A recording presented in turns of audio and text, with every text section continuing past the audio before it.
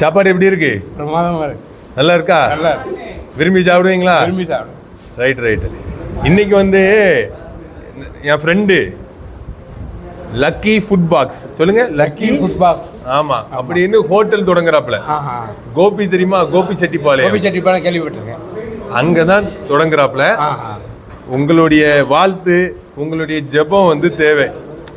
இன்னைக்கு முதல் கிளை தொடங்குறாப்ல, இன்னும் 100 கிளைகள் அவர் தொடங்கணும். அதுக்கு நீங்க ஜெபித்துக் கொள்ளுங்க. ஜெபம் பண்ணுவீங்களா? கண்டிப்பா ஜெபம் பண்ணுவேன். ஓகே. நல்லா இருக்கா? நல்லா சாப்பிடுங்க. வேணா வாங்கிக்கங்க. சரி. என்னுடைய ஃப்ரெண்டு கோபி செட்டிப்பாளையத்தில் லக்கி ஃபுட் பாக்ஸ் அப்படிங்கிற கடை திறக்கான். அதனால் இங்கே நாசரேத்தில் இருக்கிற குட் சமாரிட்டன் ட்ரஸ்ட்டில் சிக்கன் பிரியாணி கொடுக்கணும். அன்னைக்கு இங்கே இருக்கிற 85 பேருக்கும் சிக்கன் பிரியாணி கொடுக்கணும் அப்படின்னு எனக்கு ஃபோன் பண்ணி சொன்னால், அந்த ஏற்பாடை பண்ணிரு அப்படின்னு சொன்னான். நானும் அதை மாதிரி ஏற்பாடு பண்ணேன். அங்கே போய் சமைச்சு சிக்கன் பிரியாணி, முட்டை, பாயாசம், வெங்காயம் எல்லாம் ரெடி பண்ணி அவங்களுக்கு நாங்கள் வச்சுருந்தோம். குட் சமாரிட்டன் ட்ரஸ்ட்டில் மனநலம் பாதிக்கப்பட்டவர்கள் இருக்காங்க, ஆண்கள் பெண்கள் இருக்காங்க. நாங்கள் வந்து ஃபஸ்ட்டு ஆண்களுக்கு இந்த சாப்பாடை கொடுத்தோம்.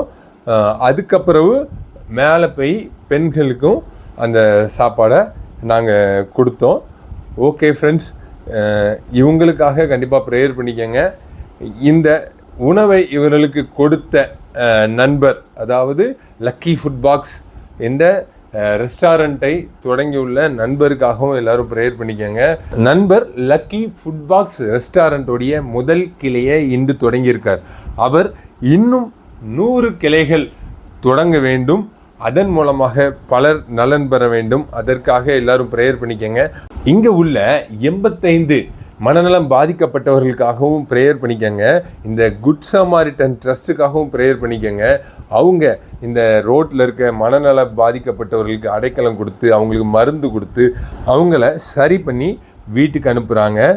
இது ஒரு பெரிய உன்னதமான ஊழியம். ஓகே ஃப்ரெண்ட்ஸ், இன்னொரு வீடியோவில் சந்திப்போம். பாய்.